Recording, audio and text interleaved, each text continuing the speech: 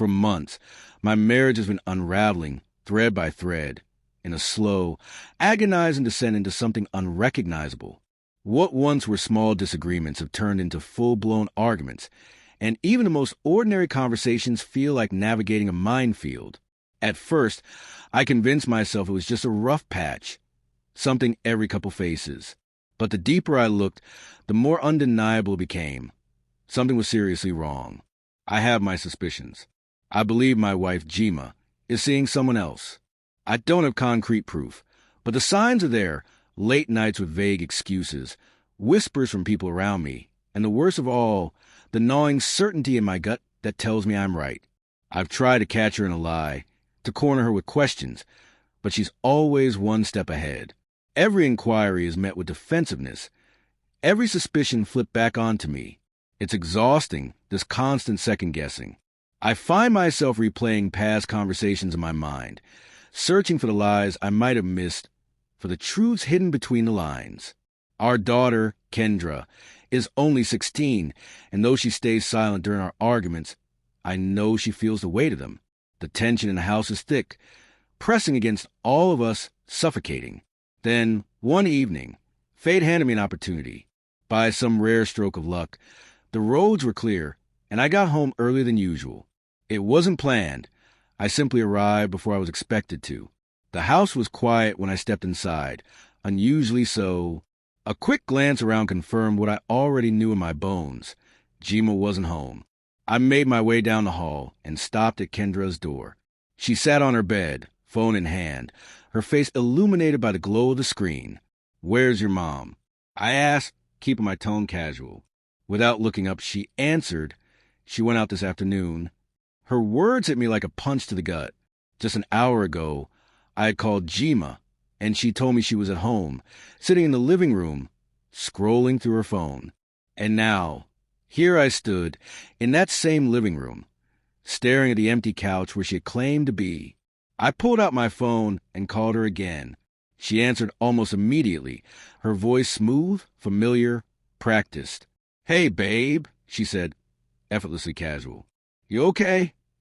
I forced my voice to stay even. "Yeah, just checking in. Are you home?" There wasn't a moment's hesitation. "Of course, I'm in the living room." "Why?" I let the silence stretch between us, let the weight of her lies settle in. It was effortless for her, like second nature. I inhaled deeply, steadying myself before speaking. "I need you to stop lying," I said, my voice calm but firm. "Because I'm already home and you're not here." For the first time, she faltered. The pause on the other end of the line was brief, but telling. Then, in a tone suddenly different from before, she pivoted. "Oh, I just stepped out for a quick errand," she said, her voice shifting, adjusting. "I needed to grab something from the store. I didn't think it was a big deal." I didn't argue. I didn't say another word. I simply ended the call and stood there, the phone still clutched in my hand, feeling a deep, sinking weight settle into my chest. The realization was sharp and unforgiving. This wasn't the first time. How many times had she done this before? How many lies had I swallowed without even realizing it? If she could lie so smoothly about something so small, what else had she hidden from me? An hour later, the front door swung open, and Jima walked in, casually carrying a shopping bag. Her expression was neutral, her movements controlled. She even managed a small smile. She hummed softly as she kicked off her shoes and set the bag down on the counter, the perfect picture of a woman who had simply been out running errands. But I knew better. "Where were you?" I asked, my voice sharp but steady. She barely looked up. "Oh, I ran to the mall," she said with a dismissive wave toward the bag, as if that explained everything. "Is that so?" She nodded, still playing it cool. But I caught it. The way she avoided my eyes, the quick flicker of uncertainty. It was a trained response. A lie. "Jima," I said, my voice lower this time, deliberate. "I called you an hour ago, and you told me you were home, sitting in the living room." She hesitated, just for a fraction of a second. "Well, yeah, I had just stepped out when you called," she said quickly. "I didn't think it was a big deal." "Not a big deal?" I repeated, the anger simmering beneath my skin. "You lied." You weren't here, Jima. You were gone for hours. I took a step closer. Kendra told me. For the first time, her mask slipped. Francis, you're overreacting, she snapped, her voice rising. I don't know what you're trying to imply, but I just went to the store. That's it. I shook my head, the frustration mounting. Why, Jima? I demanded. Because the rumors aren't just rumors? Because every time I ask where you've been, your answers don't add up. She glared at me now, defensive, but I wasn't backing down. The air between us crackled with everything left unsaid. I took a deep breath, then finally let the words slip from my mouth, the words that had been burning inside me for months. Were you with your lover? The moment they left my lips, the entire room shifted. Jima's eyes widened slightly, and just as she opened her mouth to respond, another voice cut through. Dad's not my real father. For a moment, I thought I had imagined it. The words hung in the air, heavy, irreversible. I turned slowly, my breath caught in my throat. Kendra stood there, her face pale, her hands clenched at her sides. What did you just say?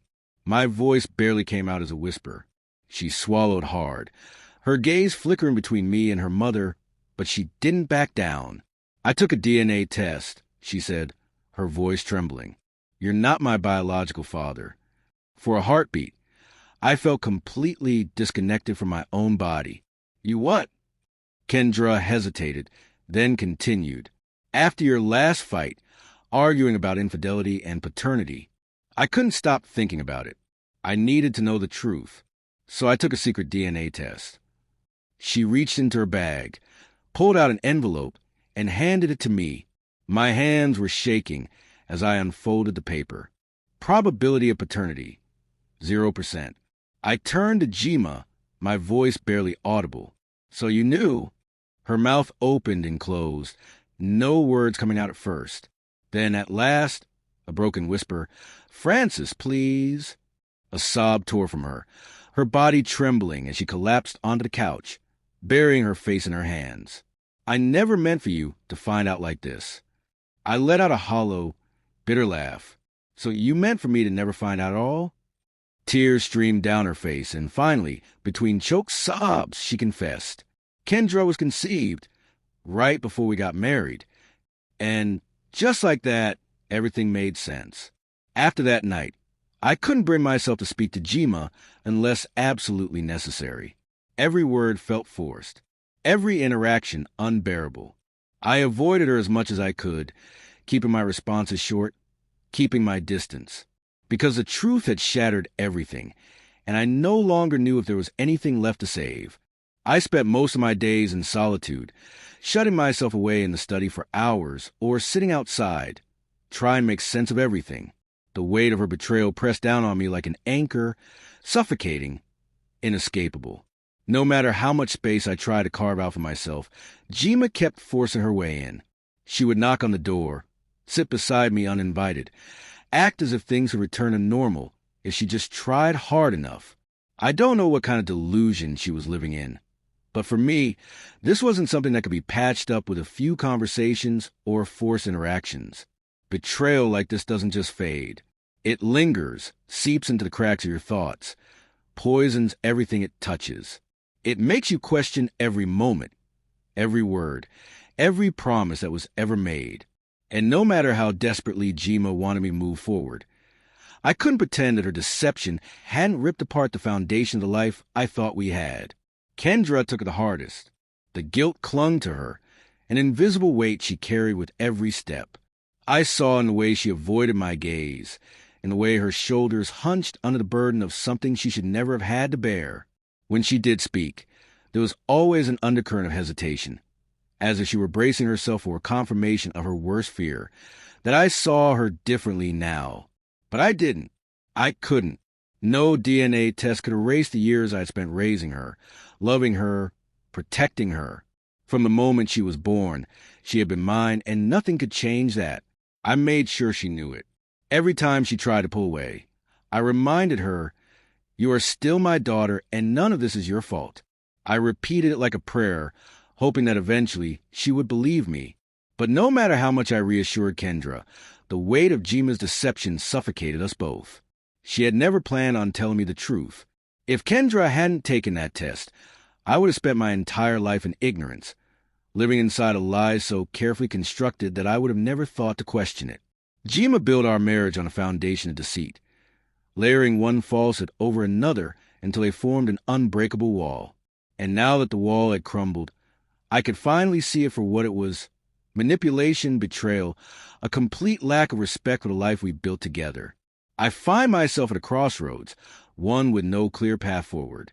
Every direction feels like a losing battle. Every choice laced with pain. Staying in this marriage seems impossible. The love, the trust, the very foundation that once held us together, it's all gone. How do you rebuild something when every brick was placed on a lie? I can't pretend things will ever go back to normal, because the truth is, there was never a real normal to begin with. I built my life around an illusion, and now that I've seen the truth, I can't unsee it. Every time I look at Jima, I see the years of deception staring back at me. I see the calculated way she molded a life where I was never meant to know the truth. The thought of sharing a home with her, waking up beside the woman who betrayed me so completely, is unbearable. A part of me wants to pack my bags, walk away, leave her to deal with the consequences of the mess she created.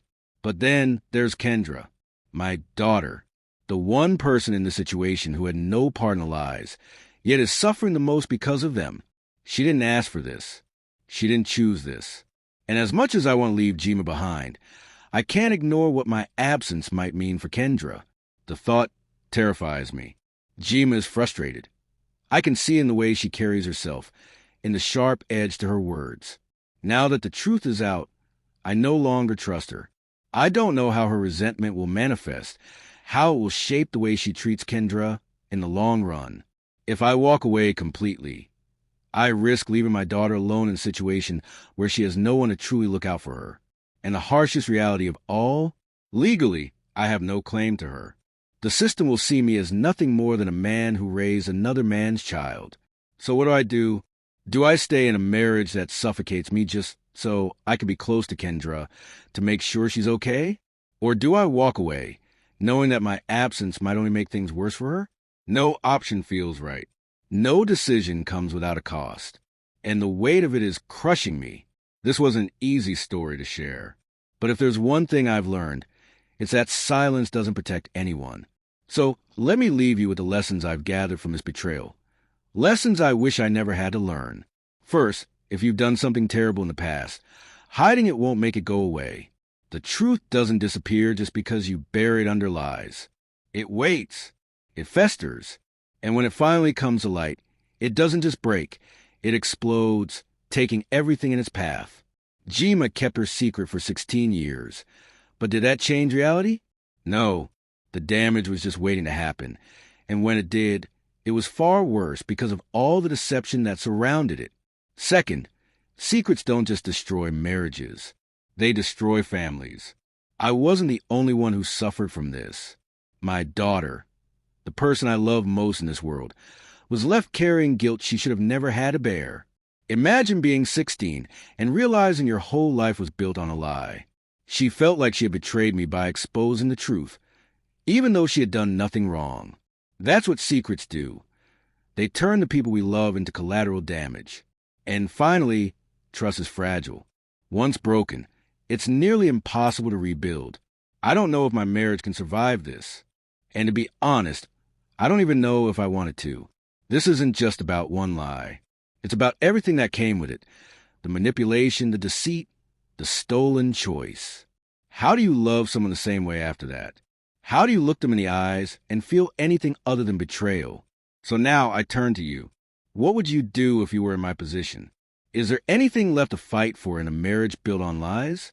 Or is it better to walk away? I don't have the answers. But I do know one thing. No one deserves to live in the dark. If my story resonates with you, share it. Maybe it will help someone else before they end up where I am now.